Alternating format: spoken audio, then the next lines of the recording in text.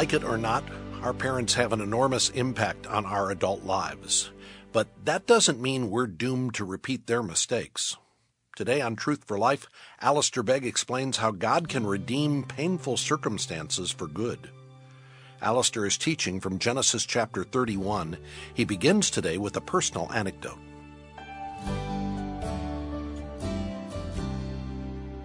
I can remember when we moved here, all the questions from my children. When are we going to go? How are we going to go? Will we drive there? No, we can't drive there. There's an ocean. Well, what will we do? Go on a boat? No, we'll go on a plane. And all the normal questions. Their tiny lives were just in an amazing whirl. And there was only one constant in it. And that was that their father said, this is it. This is what we're doing. Stick with me. You'll be okay. And for Joseph, the experience would have been exactly the same. You can imagine little Joseph saying to his mom, "Hey, Mom, why did you take that stuff from Grandpa's house before we left?" "What stuff, Joseph?" "Well, those things he had in that corner cupboard. Why did you take Grandpa's stuff?" "I'll be quiet, Joseph. Don't worry about it. You know, your grandpa knows me, and I know your grandpa, and you just run along and you just go and play with the sheep." "Hey, Dad, why are we running away?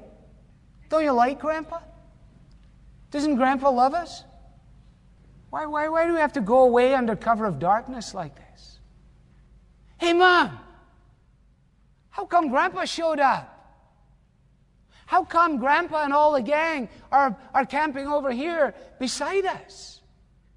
Do you think he was on the fringe listening when his grandpa looked at his dad and said, "What have you done? You've deceived me. And you've carried off my daughters like captives in war"? Joseph would have been saying to himself, "That's right. That's what I said.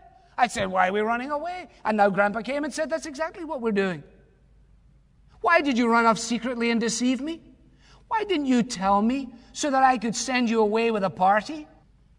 And do you think that wee boy did not process the question in verse 28? "You didn't even let me kiss my grandchildren and my daughters goodbye. You've done a foolish thing." He was going to have a lot of tearing in his life. He was going to have a lot of times when he didn't get to say goodbye. He was going to have to learn how to weep, learn how to deal with the pain, learn how to deal with having his insides ripped out of him. And even in these early circumstances, God was forming and framing his tiny life in preparation for what would be. Oh, this is a wonderful, wonderful story. Do you think his eyes narrowed when he heard the question in verse 30? "Now you have gone off because you long to return to your father's house. But why did you steal my gods?"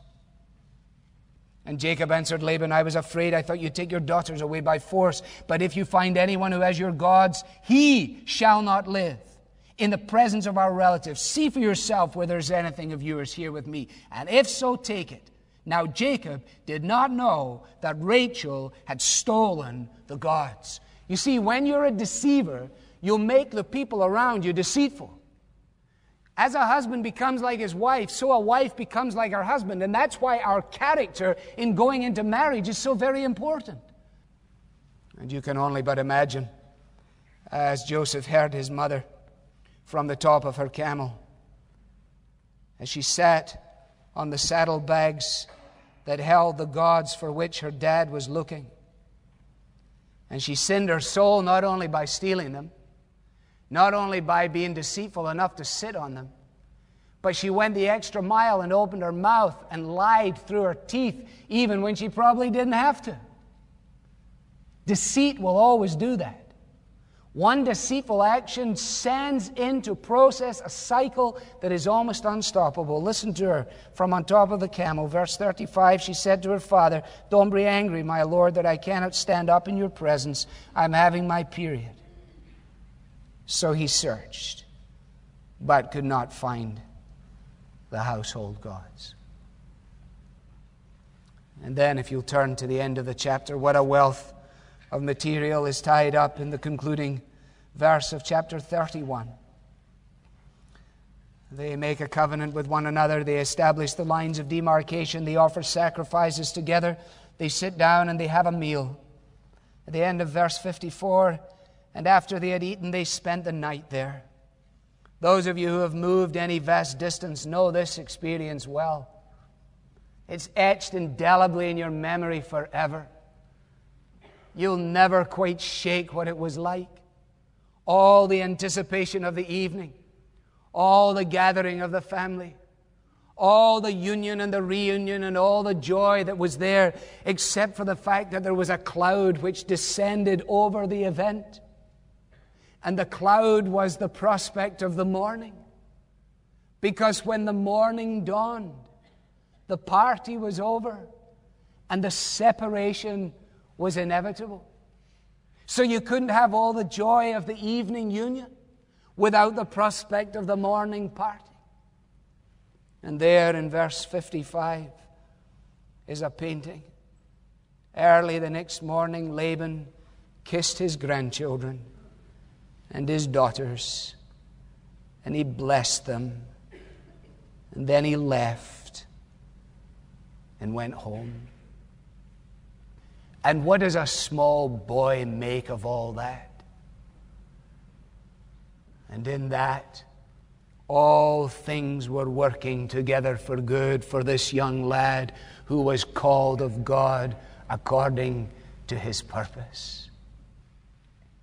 When Herod trembled, Jerusalem trembled. That's what the record tells us.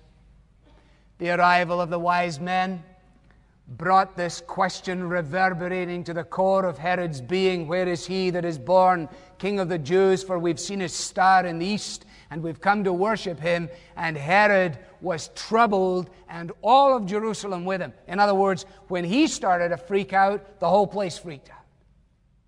And so I am absolutely without question that the fear and distress which gripped the life of Jacob in the prospect of facing his brother in chapter 32 reverberated through the whole family. Verse 7 of 32, in great fear and distress, Jacob divided the people who were with him into two groups. And again, Joseph would have been in on this. He would have heard some of this stuff. And I wager that Joseph knew that there was something up with his dad as the news of the 400 men. 400 men. He just kept a little bit of it in his mind. There's 400 men coming with my uncle Esau. Why is he sending 400 men? Why is my dad so upset? And the reverberations of fear and distrust, you see, would work their way down through the family. And the hushed conversations would fuel the young man's expectations. What do you think that he made of the night when his dad left them alone? Genesis 32:22.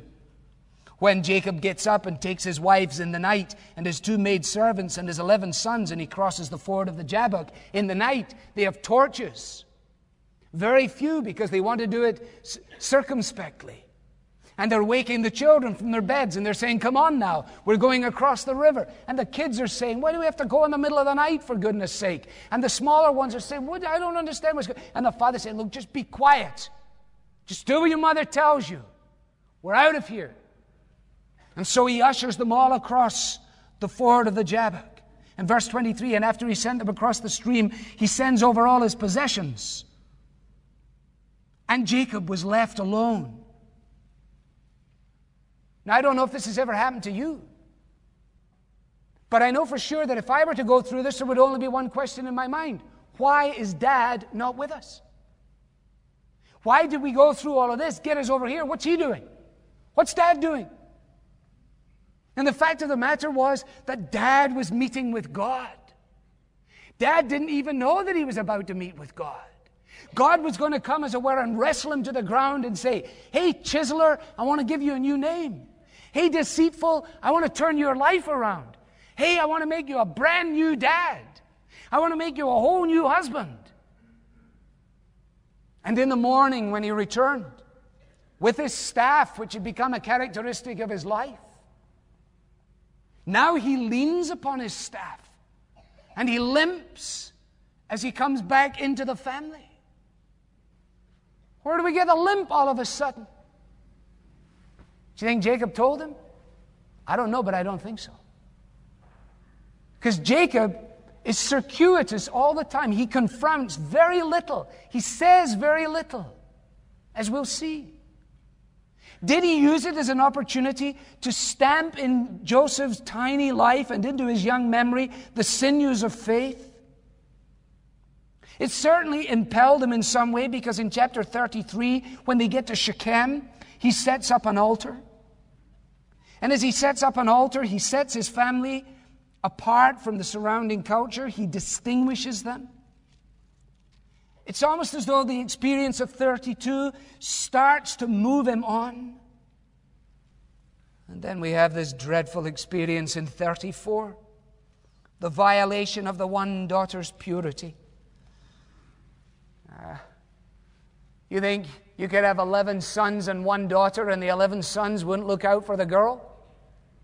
There's not a chance. Sure they did. Even if 9 of them took the day off, there were still 2 left to look after her. Do you think they noticed when Shechem, the son of Hamor the Hivite, saw her? Do you think that they cared when he saw him walk away with her? Do you think their hearts didn't burn with the deepest of passion when he had his way with her? And what of this boy, 10 or 11 years old, hardly cognizant of how the human reproductive system really works, and all of this hushed conversation and this mass aggravation on the part of his elder brothers, something to do with Dinah and what some fellow did to Dinah. And as he looks away to his father Jacob, and hears Jacob saying, now let's be careful here. We don't want to become a disgrace to the surrounding culture. And the brothers looking at one another and say, how can you be a father and think like this? And so they take matters into their own hands. They set up this amazingly deceitful scheme. They get these guys in the most compromised of physical positions, and then they drive in under cover of darkness, and they butcher the whole place, and they bring in the outsiders, and they plunder the whole of Shechem. And in it all, God is working to form the character of this lad called Joseph. And so to Bethel. Chapter 35, Jacob had been there before. He had been there, remember the ladder in 28, when he was fleeing from Esau. He says to the people, purify yourselves. He says, let's make sure that we experience God's presence before we go on from here. And then in the record, we have the story of bereavement into the home of Jacob. I don't have time to go through it all. Do it as your homework. You'll find the funeral of Deborah. And then the tragic loss of his wife, Rachel, for whom he'd worked for 14 years. All the expectation on Joseph's part of having a wee brother. By this time he's 12. He's the closest of all the kids to what it will mean to have a little one. Those who are up in their late teens and early 20s, it's really so far gone. They could be the father of the child. There's really only one with a prospect of companionship, and that's Joseph. Mom, when are you going to have the baby? Mom, do you think it'll be a brother? Will it be a sister? What'll happen? And then finally the day that mingles joy and sorrow. As the time of her delivery comes, and as she goes into the pangs and pains of childbirth, and as the contractions increase, and as the sense of terror grips her, and finally, as in giving birth, her very life ebbs out from her, and again in the life of this boy, tragedy and the dark threads of pain and sorrow and bereavement come crashing into his life and into his experience.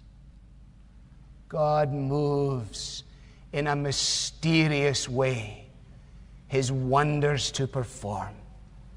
He plants his footsteps in the sea, and he rides upon the storm. And then the record of the death of his grandfather, and another burial service. And in the midst of all of that, the unthinkable. Verse 22. Following the death of this most treasured of his earthly companions, Rachel, while Israel, i.e. Jacob, was living in that region, his oldest boy went in and slept with his father's concubine, Bilhah. And all we're told is he heard of it. No action. How callous can a person be? Your father has just lost the wife of his devotion.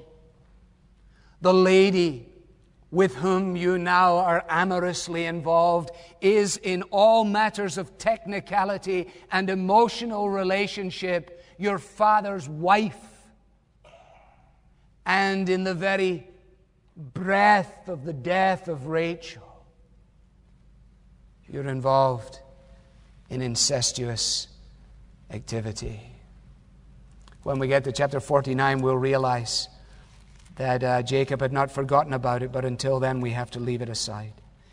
Chapter 36, the lineage of Esau. And chapter 37, verse 2, we're now back at the beginning of our sermon. Face to face, looking into the eyes of a young boy, age 17, who has been through more than most in the course of his formative years. Now, I have deliberately taken all of this time to give you a flavor of the background. And I commend you to further study. And I want you to notice that if you think you came from a dysfunctional background, you got a long way to go. And indeed, we all came from a dysfunctional background. Sin makes an individual dysfunctional. I don't even need anyone else in the room to be dysfunctional. But when you take my sin plus your sin and a few other people's sins, then we will all reveal the implications of the fact that we are out of alignment, and therefore our wheels turn in different directions. Let me summarize it with just a number of thoughts. In the rough and tumble of a less than perfect family life, God was preparing Joseph for the role He'd planned for him. If ever there was a young boy who by the age of 17 had enough basis for blaming everything on his past, it was Joseph. But he didn't do it. He somehow realized that more spiritual progress is made through failure and tears than through success and laughter. He realized that God's grace was greater than all the daunting complexities of his early life. And the only explanation for the existence of Joseph and the role that he played is found in the electing grace of God. There is no human reason whatsoever as to why it should be that Joseph could ever emerge from this carnage, except that God purposed that it would be so. So, loved ones, I want to say to you, don't allow a bunch of books to try and explain your life for you in terms of the chiseling and channels and chains of your past, to excuse you from your own activities or to legitimize your own impoverishments of mind and spirit. Listen, God is greater than all of that. And He brings beauty out of ashes. He gives the oil of joy for mourning. He gives the garment of praise for a spirit of heaviness. And our trials, as Augustine said, come to prove us and to improve us. One final thought. Here in these formative 17 years, there is a striking reminder of the impact that a father's life will have upon a boy or a girl. Jacob was not a good illustration of integrity. He was poor when it came to decisiveness. He was slow when it came to action. He was the master of passivity. He sat when he should have stood, and he stood when he should have sat. He was not a perfect dad. But God chose to use that imperfect dad to be the dad to the boy that He had purposed to be His redeemer of His people in the experience of Egypt. And indeed, one of the most moving scenes for which I can hardly wait is when Joseph gets to his dad in his old age and he just absolutely smothers him. I mean, the scene is pregnant with emotion when they're finally reunited. But there's no recrimination on Joseph's part. There's no recrimination with his brothers. His brothers say, we're sorry we put you in the pit. We're sorry we did. He said, hey, listen, shh. God sent me here. No, Joseph, you don't understand. Hang on. No. You don't understand. God is sovereign in these things. And Dad, I know you're not perfect, but Dad, you're my dad. And I love you, man. I love you. Some of you kids, back off your old man.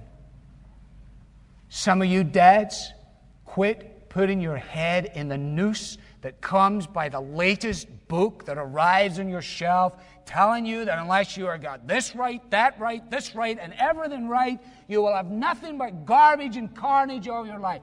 Don't believe it. Go for the gold, do your best, trust God. And at the end of the day, He will honor His name. He will vindicate your faithfulness. And although you haven't been perfect, out of the chaos and rubble of the background, He will raise that as a standard for His glory.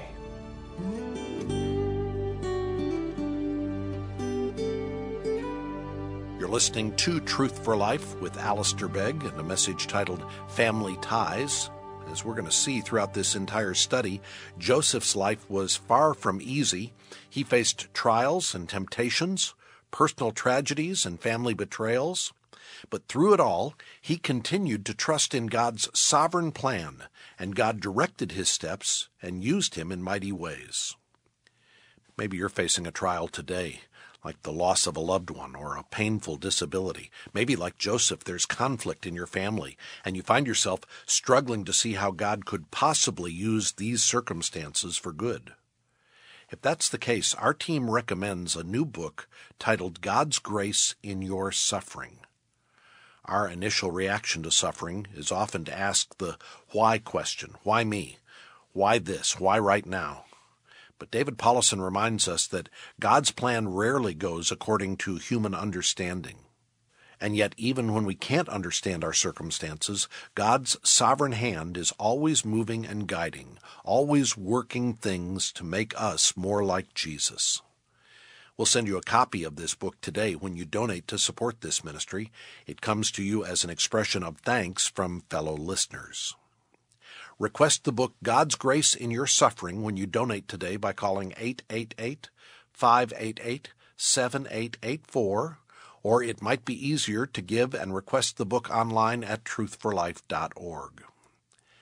Now, before we conclude, here's Alistair. Judge not the Lord by feeble sense, but trust Him for His grace.